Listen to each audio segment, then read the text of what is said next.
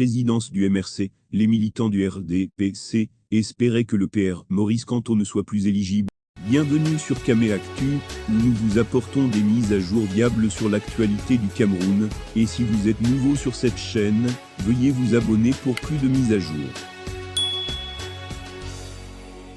Selon Arlette Doumbeding, le président national du MRC a encore droit à deux mandats s'il le souhaite, et si les militants le lui accordent en 2023 et 2028 dans l'émission La Reine diffusée le dimanche 5 juin sur CANAL2, Michel Ndoki a annoncé sa candidature à la tête du MRC en 2023. Suite à cette annonce, des voix s'élèvent pour dire que le PR Maurice Kamto ne plus être candidat à la présidence du MRC lors de la prochaine convention, mais à la lecture du règlement intérieur du parti, Maurice Kamto a encore droit à deux mandats s'il le souhaite, et si les militants le lui accordent en 2023 et 2028, le PR Maurice Kamto peut-il être candidat à la présidence du MRC lors de la prochaine convention de son parti, qui se tiendra en 2023 ? Pour lever définitivement le doute qui est né dans certains esprits du fait de la méconnaissance ou de la lecture approximative des textes du MRC, je vous propose cet éclairage de Monsieur Roger Justin-Noah, voix autorisée et non moins secrétaire général adjoint du MRC sur les prochaines élections du président national du Le Mouvement pour la Renaissance du Cameroun est un parti démocratique, où on accède aux fonctions de membre d'un bureau d'organes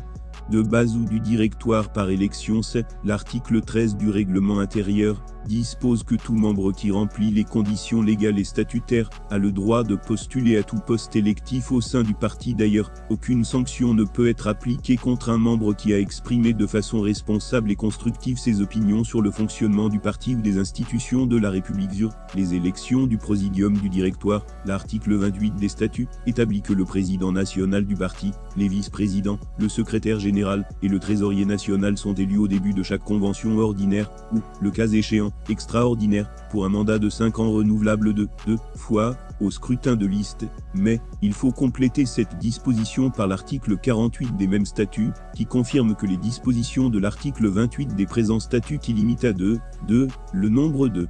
renouvellement des mandats du président national, des vice-présidents, du secrétaire général et du trésorier national ne s'applique pas au mandat exercé avant l'adoption de la modification des présents statuts par la Convention d'avril 2018. Cela veut dire que Maurice Kamto a encore droit à deux mandats s'il le souhaite, et si les militants le lui accordent en 2023 et 2028, Maurice Kamto a donc encore droit à deux mandats aux militants du RDPC, qui espéraient que le PR Maurice Kamto ne soit plus éligible. Je dis à Sia, buvez de l'eau glacée, ça va aller.